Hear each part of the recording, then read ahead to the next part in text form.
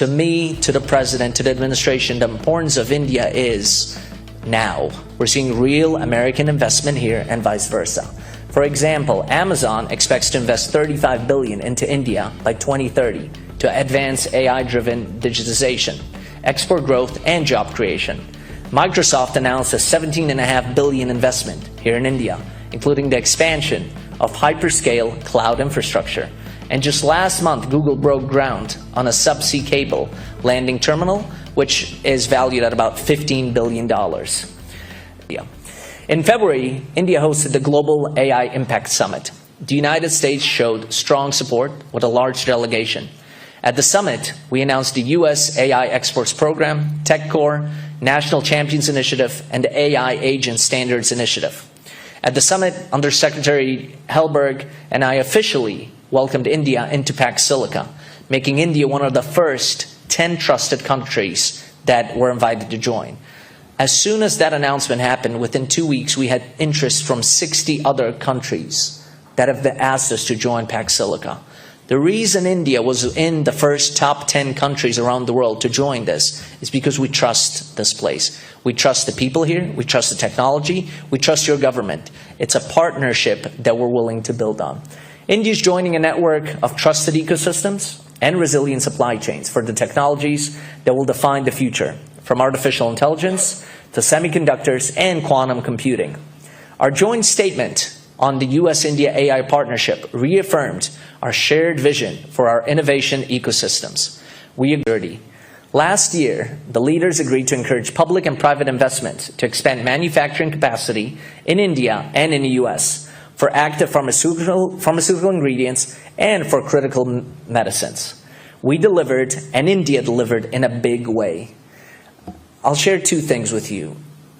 On pharmaceuticals, we import close to 40% of our generics from India. There's a reason the United States does that. It is because we trust India.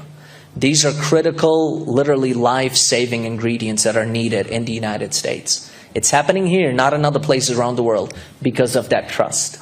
We also delivered in another big way. Every embassy gets to compete in bringing investments back home. And for us, the win-win situation is identifying both ways, investments that come here and investments that come home. And I was proud that our embassy here in Mission India, in Delhi, in our consulates, delivered in a substantial way. We came in first in the world with $20.5 billion announced in new investments for the next year just from India alone. The first pillar of trust, and it's an ambitious undertaking that will shape the future of the world. We committed to developing a U.S.-India AI infrastructure roadmap, identifying constraints to financing, to building, powering, connecting large-scale U.S. origin AI infrastructure here in India. Since then, the Department of Commerce has taken measures to restore the flow of advanced AI chips to our partners around the world when they rescinded the AI diffusion rule. As part of the roadmap, we identified with industry and both government changes to improve the regulatory environment to build data centers right here in India. These will be a key as we look ahead to building in India. And we're not just talking about items that we have changed on paper. We're seeing real results. We're seeing real American investment here and vice versa. For example, Amazon expects to invest $35 billion into India by 2030 to advance AI-driven digitization, export growth, and job creation.